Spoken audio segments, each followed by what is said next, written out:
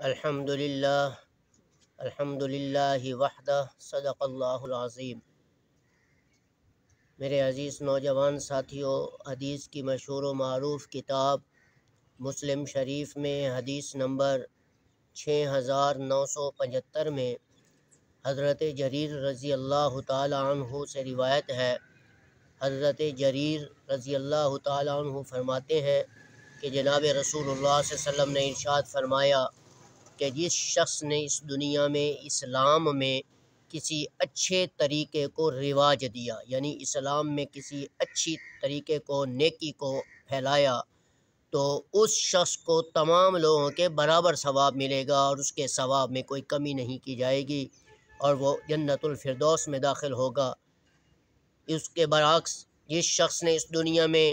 برائی کو رواج دیا اور برائی کو لوگوں کے سامنے پھیلایا، لوگوں تک پھیلایا، ہر ناجائز کام کو لوگوں تک پھیلایا، تو اس شخص کو تمام لوگوں کے برابر اس کو گناہ ملے گا اور اس کے گناہ میں کوئی کمی نہیں کی جائے گی۔ آج ہم دیکھتے ہیں کہ ہر شخص جو ہے حرام کاموں کی جو ہے وہ لوگوں تک رسائی کر رہا ہے، حلال کو حرام سمجھ کے استعمال کیا جا رہا ہے، حلال کو چھوڑ کر حرام جانوروں کو ذبح کر کے لوگوں کو کھلایا جا رہا ہے، ہر نیکی کے کام کو چھوڑ کر زنا کو یعنی بری چیزوں کو لوگوں تک پھیلایا جا رہا ہے، سود کو رواج دیا جا رہا ہے، زنا کو رواج دیا جا رہا ہے،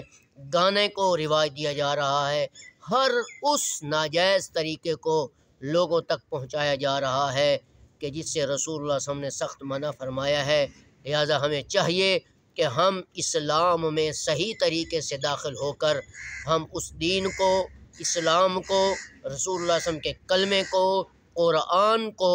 اور شریعت کے احکام کو لوگوں تک پہنچائیں۔ جب نیکی کے کام کو لوگوں تک پہنچائیں گے، جو شخص بھی اس اسلام میں پھیلائے ہوئے نیکی کے کام کو اپنائے گا اور وہ اس کی پیروی کرے گا، تو اس شخص کو بھی اس کا ثواب ملے گا کہ جس نے اس کی بات کو سن کر نیکی کے کاموں پر اس نے زندگی گزاری چل کر۔ تو ہمیں چاہیے کہ ہم نیکی کے کام کو لوگوں تک پہنچائیں، نہ کہ ہم برائی کو لوگوں تک پہنچائیں۔ برائی سے بچیں، نیکی کریں اور نیکی کو لوگوں تک پہنچانے کی کوشش کریں۔ السلام علیکم ورحمۃ اللہ